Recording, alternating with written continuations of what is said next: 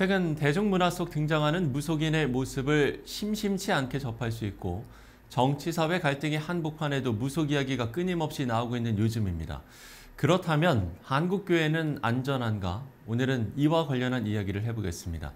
기독교 문화연구소 박욱주 교수 스튜디오에 모셨습니다. 교수님 안녕하십니까? 안녕하세요. 예. 자, 앞서 말씀을 드린 내용들, 물론 이제 어제 오늘 사이의 이야기는 아니겠습니다만 현재 왜 이렇게 더 두드러지게 나타나 보이는 건지 먼저 현재 상황들을 좀 살펴볼까요? 네, 저는 현재 상황들을 두 가지로 분석해 보았습니다. 첫 번째는 미디어에서 무속을 미화하는 경향을 우리가 많이 살펴볼 수 있는데요. 특히 영화나 드라마, 예능에서 무속이 신비롭고 영험하고 더더군다나 대중들에게 친숙한 모습으로 관심을 사로잡고 있는 것을 살펴볼 수 있습니다. 네. 또한 두 번째로는 무속인들이 온라인이라든지 온라인 모바일 네트워크 등을 통해서 전략적으로 그들을 홍보하고 있다는 데 있습니다.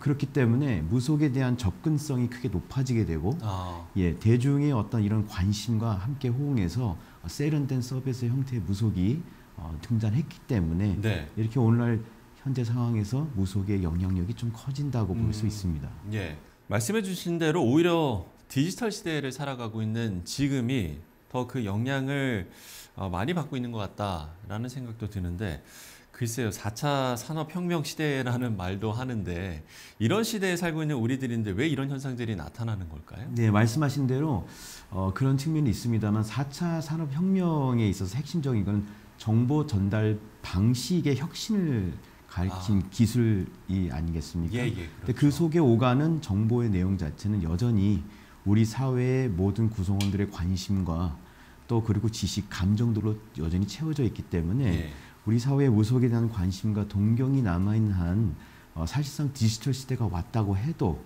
무속의 영향력이 약화되지는 않을 거라고 생각을 합니다.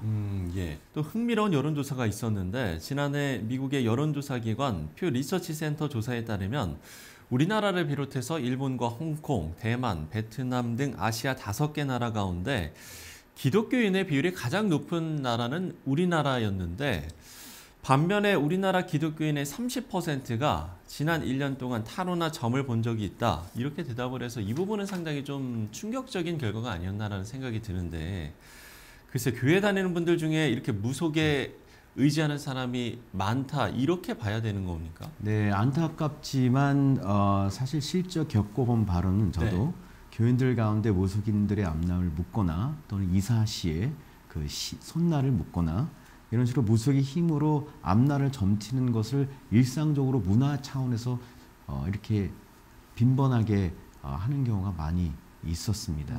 또 있습니다. 그러니까 문화생활의 일환이라고 잘못 생각하는 분들이 여전히 많다라고 보기 때문에 이런 부분이 신앙생활에 크게 또는 신앙에 크게 저촉이 되지 않는다고 생각하는 경향이 좀 뚜렷하게 보여지긴 합니다. 사실 믿는 사람이 누가 점을 보러 가, 이렇게 이제 생각하시는 분들도 많으실 것 같은데, 지금 이제 이야기를 들어보면 어떤 시험이나 사업이나 큰 일을 결정하거나 할 때 이런 이제 모습이 나온다라는 거잖아요. 이런 부분은 상당히 좀 우려스러운 모습이 아닐까 싶은데요. 네, 맞습니다. 말씀하신 대로 좀 우려스러운데요. 특히 교인들이 사업이나 진로 또는 결혼 뭐 이런 문제들을 무속인에게 물어볼 정도면 사실 신앙의 기준이 크게 좀 어긋나 있는 상태라고 좀 볼 수 있습니다. 왜냐하면 신앙의 기준은 아신 바와 같이 성경의 말씀을 따르는데 주안점을 두고 있지 않겠습니까? 그러나 이제 이 신의 영달과 형통함에 주로 세속화된 문화에 영향을 받은 교인들이 여전히 기복신앙적인 어떤 전통이 교회 내로 들어옴으로써 교회 문화와 정서를 해친다고 보고 있습니다. 그렇군요. 사실 이제 우리가 기복신앙이라는 이제 이야기를 많이 하게 되는데, 이 기복신앙에 대해서도 올바른 좀 이해가 필요할 것 같거든요. 이 부분에 대해서는 좀 어떻게 말씀을 해주시겠습니까? 네, 원론적으로 기복신앙이라고 하면 교회라는 것은 예수 그리스도의 몸이지 않습니까? 예수 그리스도의 몸에서 우리가 선교를 해야 하는 핵심적인 내용은 영혼의 구원입니다. 다시 말씀드리면 성경 말씀을 근간으로 하는 어떻게 보면 신령한 복에 대한 추구인 것이죠. 하지만 기복신앙이라고 하는 것은 어떻게 보면 세속 문화에 물들어 있는 어떤 세상의 복, 개인의 영달과 형통함을 단순한 복으로 규정하고 있기 때문에 그것이 문제된다고 볼 수 있겠습니다. 예. 자, 기복신앙에 대한 올바른 이해가 필요할 것 같다. 이렇게 이제 제가 말씀을 드렸는데 그 부분에 대해서 이제 좀 정의를 해주셨고요. 그럼 이제 최근 트렌드를 보면 이 기복신앙에 더 좀 의존하는 경향도 좀 있는 것 같은데 이런 원인은 어떻게 봐야 되겠습니까? 네, 사실상 무속신앙에 의존하는 이 토착화된 신앙이라고 저는 생각하는데요. 기복신앙이자 토착신앙 자체가 교회 문화의 한 줄기로 자리 잡고 있었습니다.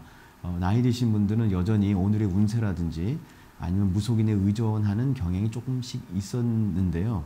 최근에 미디어의 이런 그 영향으로 인해서 영화 곡성이라든지 아니면은 파묘 같은 경우에 작년에 대흥행을 기록하지 않았습니까? 예, 그렇죠. 예, 그런 미디어의 영향 때문에 젊은 층의 확산이 매우 빠르게 이 무속인과 무속 문화가 빠르게 전파되고 있다는 것을 교회 내에서도 확인할 수 있었습니다.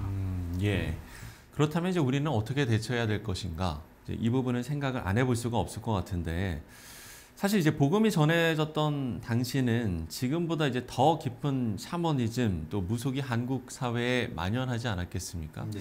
그런 거를 좀 떠올려 봤을 때 선교사님들이 대처했던 방법들에서도 우리가 교훈을 찾을 수 있지 않을까 이런 생각도 좀 해보는데요. 네. 이 부분에 대해서는 어떤 말씀을 해주실 수 있겠습니까? 네, 맞습니다. 특히 초기 선교사, 개신교 선교사들 중에 알렌이라든지 언더워드, 그다음에 아펜젤러, 에비슨, 스크랜턴 여사를 다 알고 계시겠지만 네네. 이런 초기 개신교 선교사들은 당대 최고의 수준의 엘리트 의사들이나 교육자들이었습니다. 그런 분들이 기독교 교육을 통해서 어떤 계몽 또 선진 의료를 통해서 어떻게 보면 의료 체계를 명확하게 확립해 주신 분들이라서 우리나라 당시의 우환과 질병을 무속에 의존하고 있었던 사회를 좀 많이 돌이키겠다라는 평가를 할 수 있겠습니다. 예. 또 오늘날 이와 같은 전례 오늘날도 유효하다고 생각합니다. 특히나 교회들에서 이런 정치나 사회 경제가 혼란한 틈을 타서 무속인을 의지하고자 하는 마음이 더 많아지고 있는 상황에 네. 교회들은 좀 더 전문적이고 면밀한 기독교 교육을 통해서 이런 어떤 자주적인 신앙의 소양을 갖추게 하는 것이 전 매우 중요하다고 생각합니다. 예. 선교사님들이 대처했던 방법들에서도 우리가 교훈을 얻을 수 있다. 이런 부분을 좀 짚어봤고요. 이럴 때 이제 가장 선명한 기준은 바로 이제 말씀이 되어야 할 텐데, 그러면 우리가 올바른 가치 판단을 하기 위한 노력 어떻게 좀 해 나가야 될지요? 네, 우선 먼저는 무속의 허실에 대한 교인들의 이해도를 높이는 교육을 좀 예. 실시해야 될 것 같습니다. 예를 들어서 구약의 선지자들은 이방인 숭배를 막기 위해서 바알이라든지 아스타롯이라든지 몰렉 숭배를 자세히 파악하고 있었습니다.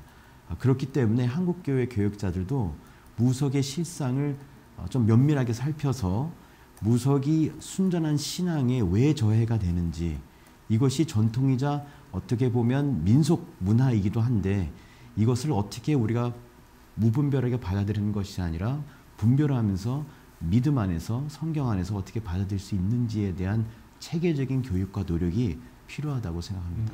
예. 자, 깨어 기도해야 할 때라고들 많이 이야기를 합니다. 끝으로 혼탁한 세상 속에서 바른 신앙을 지키기 위한 기도 제목들, 어떤 좀 기도 제목들을 나눠주시겠습니까? 네, 저희 한국인은 태생적으로 무속에 노출된 문화의 환경 속에 살고 있습니다. 예, 예. 이런 문화적 정황이 혼탁해지면 복음화가 막히게 되는 이제 그런 여러 가지 현상들이 나타나게 되는데요. 그렇다 하더라도 미국의 신학자 리처드 니버가 세속 문화 자체를 무조건 경멸하고 경시하기보다는 선하고 건전한 문화를 분별해서 수용해 나가는 것을 격려하고 교육시켜야 된다라는 주장을 한 바가 있습니다. 예. 그래서 제가 기도를 하고 싶은 것은 저희 한국 교회들이, 교육자님들이 특히 분별력을 가지고 구약의 선지자들처럼 이방신을 숭배하는 것을 알고 그들을 이방신을 숭배하지 않도록 교육하고 인도해냈던 것처럼 좀 온전한 문화 그리고 선교, 문화 복음화를 이룩해 나가는 그런 교육자님들, 한국 교회가 되기를 소망하는 바람으로 기도 제목을 그와 같은 기도 제목을 내고 싶습니다. 예, 알겠습니다. 자, 우리가 혼탁한 세상 속에서 바른 신앙을 지키기 위한 노력들 또 마찬가지로 기도가 필요할 것 같습니다. 지금까지 기독교 문화연구소 박욱주 교수와 이야기 나눠봤습니다. 교수님 오늘 말씀 고맙습니다. 네, 감사합니다.